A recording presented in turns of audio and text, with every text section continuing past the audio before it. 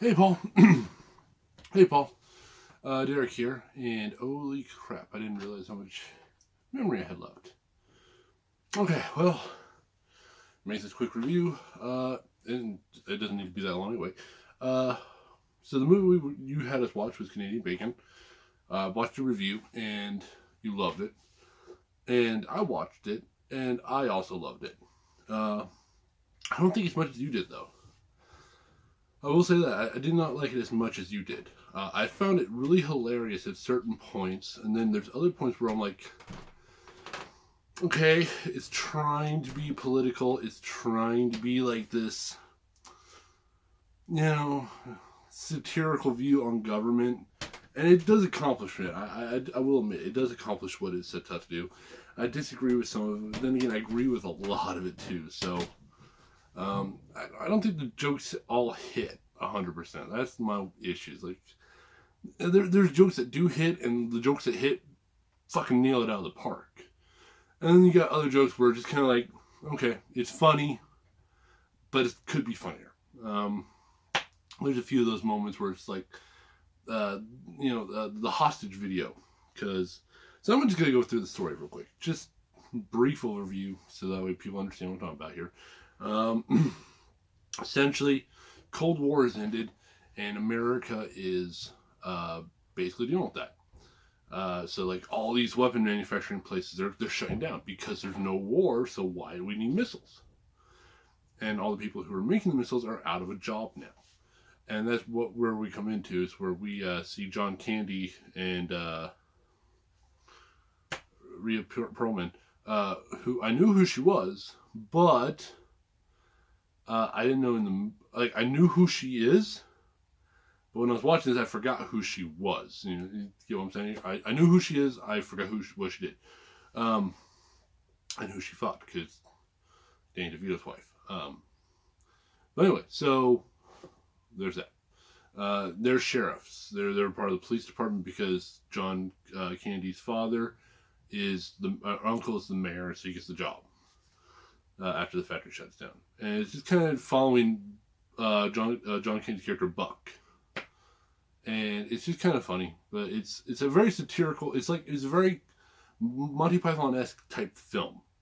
If you've ever seen like Life of Brian, I'm not gonna say the Holy Grail, because Holy Grail is really out there in a lot of ways.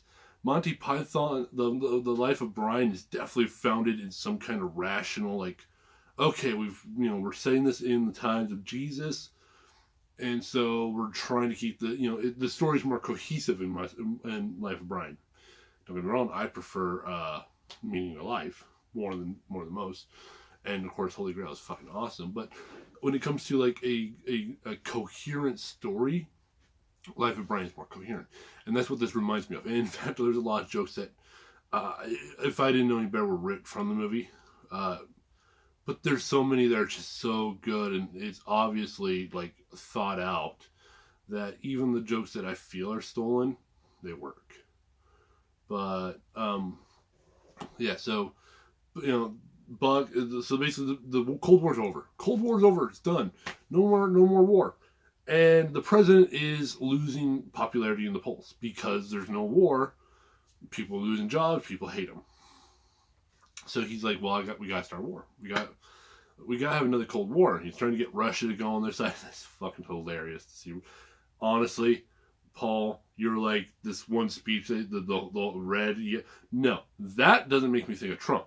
Okay, what makes me think of Trump is when he invites the Russians over to the White House and they're eating KFC out of a bucket. That is Trump. To me, that's Trump. And sadly, that's not even an exaggeration of what he would do, because we know what he would do. Our wonderful president. And, but that was hilarious, the way that went down. Of course, Rip Torn is the Secretary of War, is just, Secretary of Defense, sorry. Is just fun.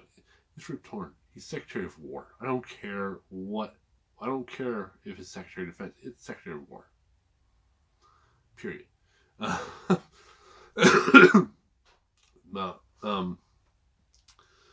I don't know what I'm saying Secretary of War from. I think it's something else. I'm pretty sure. I know it's something else. Probably another Rip Torn movie. Who knows? Uh, but you got Rip Torn doing that, and he's fantastic in this film. Honestly, Hawkeye as the president is just brilliant as well because he's funny. I don't know. I don't think he's taking from a presidency. I think it's just a general presidency. It's like when anyone does anything with the president, it's not necessarily based on our president. It's based on the presidency. So it's a blank template for the president. Because I'm pretty sure he threw in some Clinton ideas and he threw in some Bush ideas. I'm pretty sure that's, probably more Bush, just knowing, more. Probably threw more. Yeah,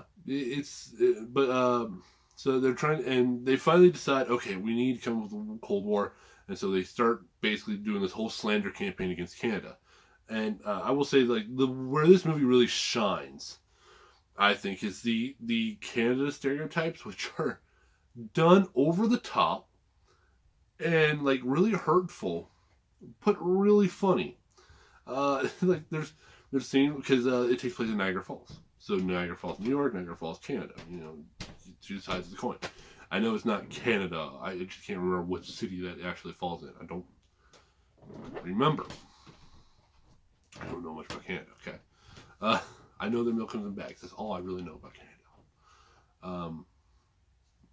But so John Candy, his friends, they all go overboard to go watch a hockey game, and like the whole time, John Candy's just fucking like laying into Canada. He's like, oh, these fucking Canucks.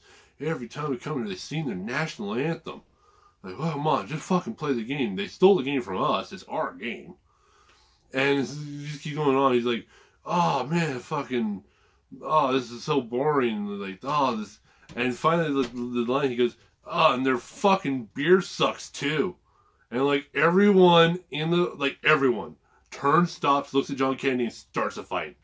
And it's fucking funny.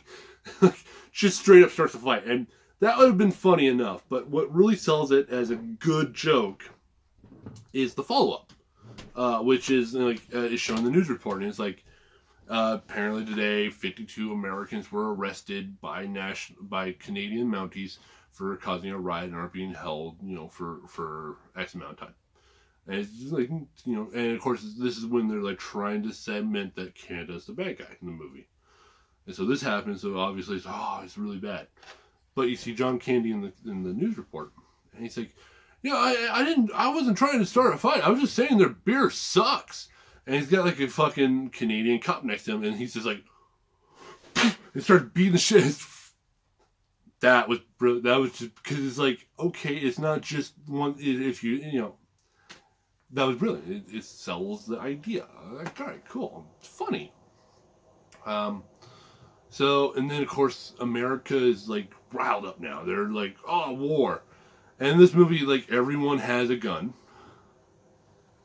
Everyone has like a rocket launcher or a shoulder harness missile launcher, or a nuclear tipped missile, uranium tipped. They're going because there's a whole subplot about how when the weapon manufacturers, they were selling their weapons at whatever price they could to anyone who'd buy them. Political joke is political, but it's funny. It's surreal.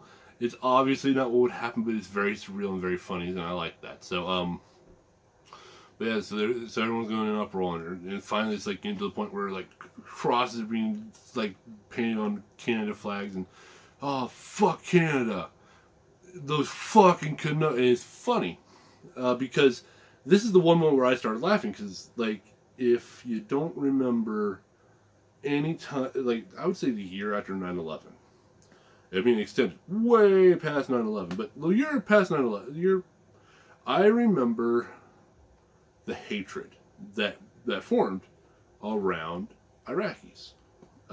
Anyone from the Middle East, Iraqis, Afghanistans, any of these people from these countries. I remember the hatred that was being spread towards them. And then I also remember all these other, like for instance, just all this shit going on. And I lived in Oregon, growing up as a kid, and we had a gas station, like around the corner from. It was a convenience store gas station, more of a convenience store, you know. It was run by a family, and they were Israeli, and so they had the Israeli flag, everything. They're very proud. Good people. Uh, Bit of an asshole. I remember them being very asshole-ish in certain regards. They were assholes. But hey, you start going shop, you kind of had to be, especially in America. So I'm not going to judge. But what I do remember is like the day after 9/11. All right, the day after 9/11. I remember going to the convenience store and they had ripped down every goddamn Israeli flag. Anything that had to do with their home country, anything that they had covered up the sign, which was like it was like Israeli whatever. It was I don't even remember the name of the sign anymore. It's just such a long time ago. But I remember it had what country they were from, and it was like an old Israeli shop or something like that. It was ye old China shop. And I remember they covered that up. They plastered American flags everywhere. And like within a week, they'd hired, because it was their family that worked behind the counter, like it was the family.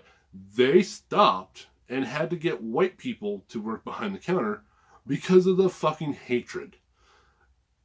I mean, it was terrible, And of course, there was, if you're growing up or even remember at the time, there was the talk about Mexico.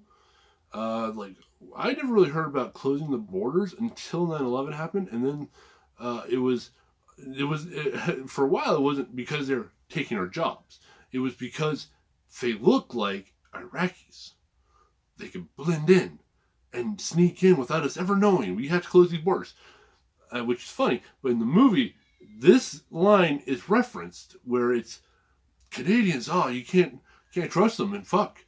They come across our border, they look just like us. We never know. It's like, that's brilliant. That's fucking awesome. And it happened before, so it's even funnier to me, because, like, that's funny. Again, why I like Roger Moore. I don't have my phone. It's Roger Moore. Whoever made the movie. You know what I'm talking about. I'm brain farting here. I've had an interesting day, so pardon me on that one, but I hate him. I hate him with a passion. I think he's a terrible person. I agree with some of the things that he says, but he's one of those people where he can say something, and I'll be like, "Cool, you're right. You're an asshole, though. So fuck you." Like, you're an asshole. Go fuck off. Who cares? He could be like, you should stop eating those cheeseburgers. They'll clog your arteries. And I'd be like, yeah, you're right, but go fuck yourself. How about that, fatty? He wouldn't say that, though, because me and him are not on equal footing. But with all that said, props to him. He knows how to write a good comedy. Who fucking would have known? He's actually good at it. Like, it's a damn good comedy. But I'm getting off track here. So they blame Canada. And John Candy and his friends are like, oh, fuck this. You know what we're doing? Going across the border. Yeah, we're going to enact some American justice. And so they get on the boats. They're sneaking across the river to Canada's borders. Like, all right, you ready to start this? And they're like, yeah. And they grab like trash bags and they just start dumping trash on the beach. And they're like, oh, this is going to piss them off. It's just like, oh, this is going to piss them off. Look at this. Oh. And the Canadian Mounties roll in on horseback, and they're like, hey, could you stop, eh? And they're like, oh shit, it's the Canadians! Run! And they're like, fucking, they're starting to run. And the Canadian's like, please stop now and return back to where you came from. And it's like, you can't say that. You can't end sentence in a proposition. It's like, oh, yeah, what should I say then? And all the while, they're fucking running. And the other one's like, oh, you could say, like, please go back to from whence you came from, or you could always use the English. Go back from hence where from you came from. As, I'm getting that wrong, but you know the joke is there. It's like, oh, okay. uh, so they leave Perlman behind, and they're like, fuck, what do we do? And this is where my problem with this movie does show, because she gets captured by the Canadian government. And so they're like, of course the news is like, we have footage of the American hostage that has been captured by the Canadian government. And John Kennedy's like, oh shit, guys, come over here quick. It's Bud, she's been captured. And like, oh fuck. And so they go, it's Honey, and she's been captured.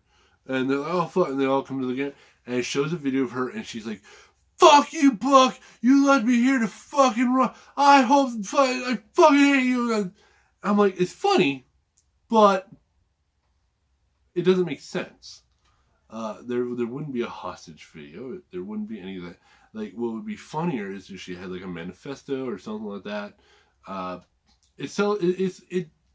It's not like so bad funny. Like, it's funny, but it's not so bad where it's like distractingly bad. You know, it's not like a bad comedy. It's not like Christmas with the Cranks where you're like, it's not funny. Fuck you. This is not funny. No, it's funny. It's just I think it could have been done better in certain areas. But then John Candy and his friends are like, oh, we gotta go back over. We gotta save them. We gotta save Honey. And so they go back over across the borders. Really great cameo with Stephen Wright. Really great. Like, honestly, this is just like, if you've ever been like, when has anyone ever found Stephen Wright funny in movies? Like, this is a perfect movie for that. This literally is the movie to go, no, this is the Stephen Wright you like. This is why you hire Stephen Wright for a movie. He's fucking hilarious. Nowadays, he's doing the emoji shit and whatnot. It's not funny, but he's a funny guy. That was a great example of him being funny. He's got guns pointing in his face. He's like, welcome to Canada. How can I help you? Brilliant. So anyway, so they're trying to find Honey. And meanwhile, they're fucking up everything and causing like actual problems, like to the point where maybe there might actually be a real war, not a Cold War, and they don't want that. The Americans don't want that, so the government's like, "Fuck, how do we get rid of that? How do we stop him?" And one of them's like, "We need to call in the Omega Squadron." They're like, the Omega Squadron? Are you sure it's that serious? And they're like hyping it up, like these guys are badass, the top of the top. And it's like 13 dudes in black suits, and they start running towards Canada. And you see them only very few times. It's fucking funny. And like Paul said, these are the Suicide Squad, but different. Really funny. Because they're hyped up as like these badass soldiers. They come across like Stephen Wright's character to find out where Buck went. Uncle Buck. Is that what I'm thinking, Buck? Is his name not Buck? Am I thinking of Uncle Buck? I hope not. Anyway. They're like, we gotta, it's they're like, they're hunting him down, and there's like a scene where they're doing their thing, and like there shows the Omega Squadron, like, oh, and one of them like, falls down on the ground. He's like nursing his leg, and one of them comes running back over to him. The guy's like, you can hear him go, I'm all right. I think I just hurt my toe, and the guy's like, Phew! And starts walking back with the group. Fucking funny. But, and like I said, this is where the movie kind of veers off in this, the whole subplot of the arms dealer being the bad guy starts happening. And because he has this device that's going to launch all the American missiles to Russia to cause an actual war. And unless the Americans pay $1 trillion, he won't give them the device, I'll stop it. And of course he's framing it on Canada. It's complicated to get into with what time I got left. It's about battery, it's about dead, and I'm almost out of memory on my phone. So I'm trying to get this to hurry up. But moreover, they find Perlman. She escapes, and she's not even held hostage. She's like in a hospital. And there's jokes about the Canadian healthcare system, which is funny. Like I said, most of this movie is just Canadian humor. It was just awesome. Okay, so I'm going to talk about the Aykroyd scene, because this is, John Candy and his friends, they capture a truck, And one of the guys like, I'm gonna spray paint this truck. And like, alright, do it. So he sprays paints like, die Canada, fuck the Canucks, and like shit like this, okay?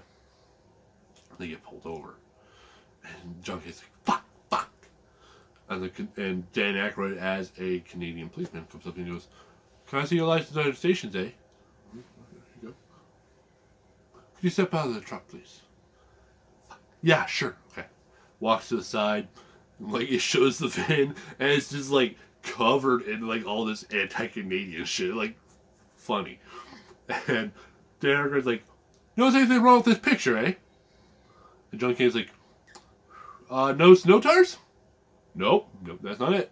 Oh, was I speeding? Oh, no, see, it's the writing on the van, hey? Those darn kids in the garage.